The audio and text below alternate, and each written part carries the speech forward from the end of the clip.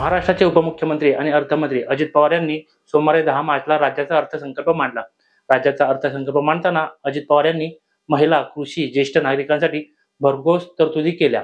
अर्थसंकल्पीय भाषणाला सुरुवात करण्यापूर्वी अजितदादांनी महाराष्ट्राचे आराध्य दैवत युगपुरुष छत्रपती शिवाजी महाराज, स्वराज्य रक्षक छत्रपती संभाजी महाराज, स्वराज्य जननी जिजाऊ माँसाहेब, छत्रपती राजर्षी शाहू महाराज, क्रांतिसूर्य महात्मा ज्योतिराव फुले, महामानव भारतरत्न डॉक्टर बाबासाहेब आंबेडकर, राजमाता पुण्यश्लोक अहिल्यादेवी होळकर, क्रांतिज्योती सावित्रीबाई फुले, साहित्यरत्न लोकशाहीर अण्णाभाऊ साठे या महामानवांचे स्मरण केले।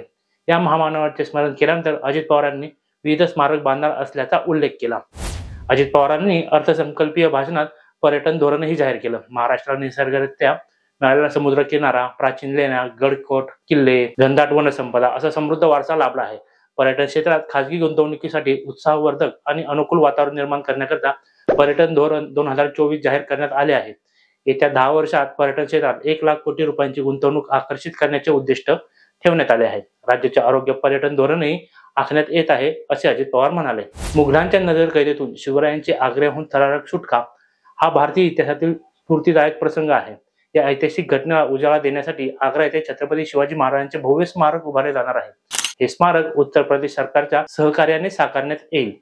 तसेच पुण्यातील आंबेगाव येथे भव्य शिवसृष्टी उभारण्याचे काम अंतिम टप्प्यात आहे।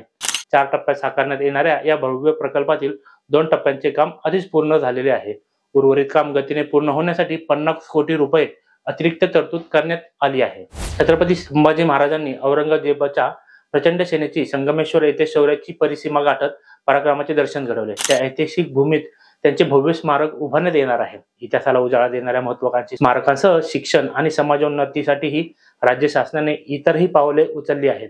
त्यासाठी अनेक घोषणा देखील केल्या आहेत। ते काय आहेत पाहूयात। छत्रपती संभाजी महाराजांचे पवित्र बलिदान स्थळ असलेल्या मौजे तुळापूर आणि समाधी स्थळ मौजे वडू बुद्रुक येथे त्यांच्या भव्य स्मारकाचे काम प्रगतीपथावरती आहे।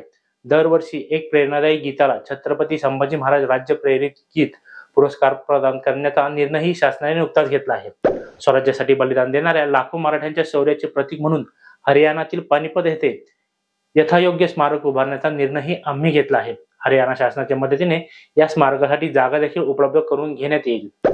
चैत्यभूमी दादर मुंबई येथे इंदू मिलच्या जागेवर भारतरत्न डॉक्टर बाबासाहेब आंबेडकर यांचे आंतरराष्ट्रीय दर्जाचे स्मारक उभारण्याचे काम सुरू असून त्यासाठी पुरेसा निधी उपलब्ध करून देण्यात येत आहे।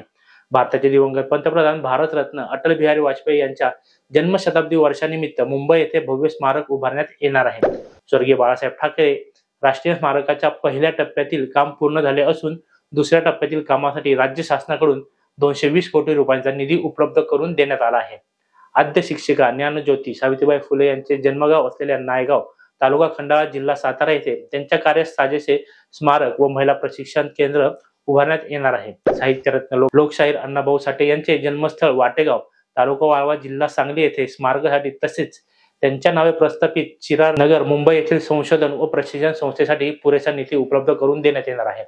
संगमवाडी पुणे येथील वस्ताद लहुजी साळवे यांच्या स्मारकाचे काम प्रगतीपथावरती आहे, अशी माहिती अजित पवारांनी दिली। छत्रपती शिवाजी महाराज आणि छत्रपती संभाजी महाराज यांच्या अपरिचित पराक्रमाचे स्मरण ठेवत महाराष्ट्र सरकारने घेतलेले हे निर्णय भविष्यातील पिढ्यांसाठी नक्कीच प्रेरणादायी ठरणार आहेत। महाराष्ट्राच्या इतिहासाला नवा उजाळा देणाऱ्या या योजनेविषयी तुमचे मत काय? तुम्हाला कोणते स्मारक सर्वाधिक महत्त्वाचे वाटते? आपले मत आम्हाला जरूर कळवा आणि हा व्हिडिओ आवडला असेल तर लाईक करा, शेअर करा आणि सबस्क्राईब करायला विसरू नका। धन्यवाद।